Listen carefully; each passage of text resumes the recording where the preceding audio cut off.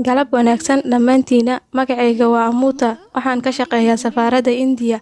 Waxaan qabaa su'aalo badan, laakiin waqtiga oo gaaban dartiisa waxaan weydiinayaa kuwo yar. Muxuu Islaamka u lahayn kala sareen? haa walaasha. Su'aashayda labaad. walaasha waxaan kaaga jawaabayaa su'aashaada koowaad kadibna i weydii tan labaad. Okay, dhib ma lahan. Jawaabta isi. walaasha su'aasheedu waxay ahayd muxuu Islaamka u lahayn nidaamka kala sarreynta. sababtoo Islaamku waxa uu rumaysan yahay in dhammaan basharku uu siman yahay si cagsi ku ah Hinduusiga. Quraanka waxa uu yiri suuradda Xujuraat chapterka 49 aayadda 13. يا أيها الناس إنا خلقناكم من ذكر وأنثى وجعلناكم شعوبا وقبائل لتعارفوا إن أكرمكم عند الله يتقاكم إن الله عليم خبير. O humankind, we have created you from a single pair of male and female. dad yow dhammaantiin waxaan idinka abuurnay mid lab ah iyo mid dhadig ah. waxaan idinka dhignay shucuub iyo qabaa'ilo si aad isu aqoonsataan. kiina ugu karaamada badan Allah agtiisa waa kan idinku cabsida badan. cabirka la qaadanayo xukunka marka Allah hortiisa la joogo la kala sarreysiinayo laba qof ma ahan jinsi, ma ahan martabad, ma ahan kalar, ma ahan taajir, ma ahan cimri, laakiin waa cabsida. waa in Allah loo toosanaado. It is God consciousness, it is piety, it is righteousness.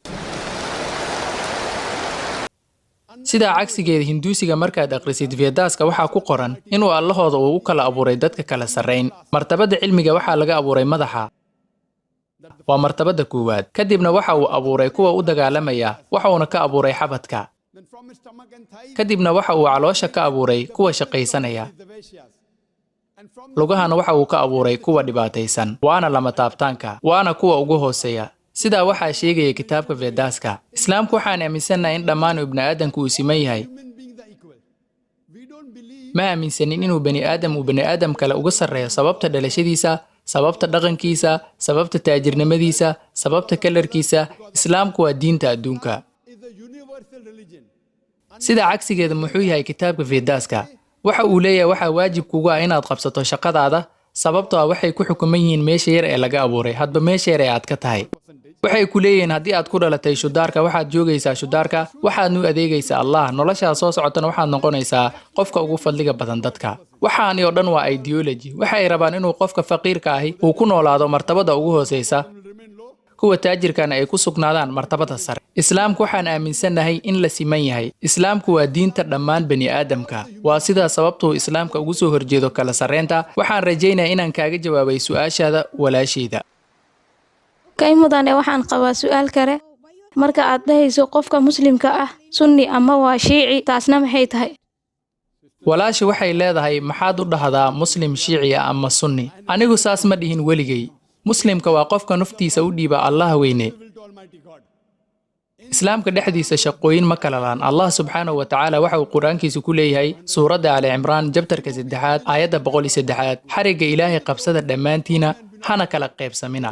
ma lahan islaamka waxa la yiraahdo shiici ama sunni. way jiri kartaa family, waxaad ahaan kartaa family gaar ah sida family reer sheekh, ama waxaad sheegan kartaa family hibil si lagu garto asalkaaga. laakiin taas loolama jeedo inuu qofkaasi sarreeyo. loolama jeedo inuu qaan ka sarreeyo shiikh. maya, keliya waxay sugaysaa asalkaaga. waa tusaale lagu garto qofkan qoyska uu yahay. adiga xitaa waa taqaanaa dhulka asalkaaga uu yahay ama deegaankaaga uu yahay. tani waa keliya astaan qoys.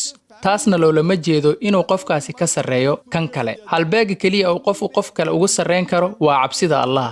waxaan rajaynayaa inaan kaaga jawaabay su'aashaada walaashayda.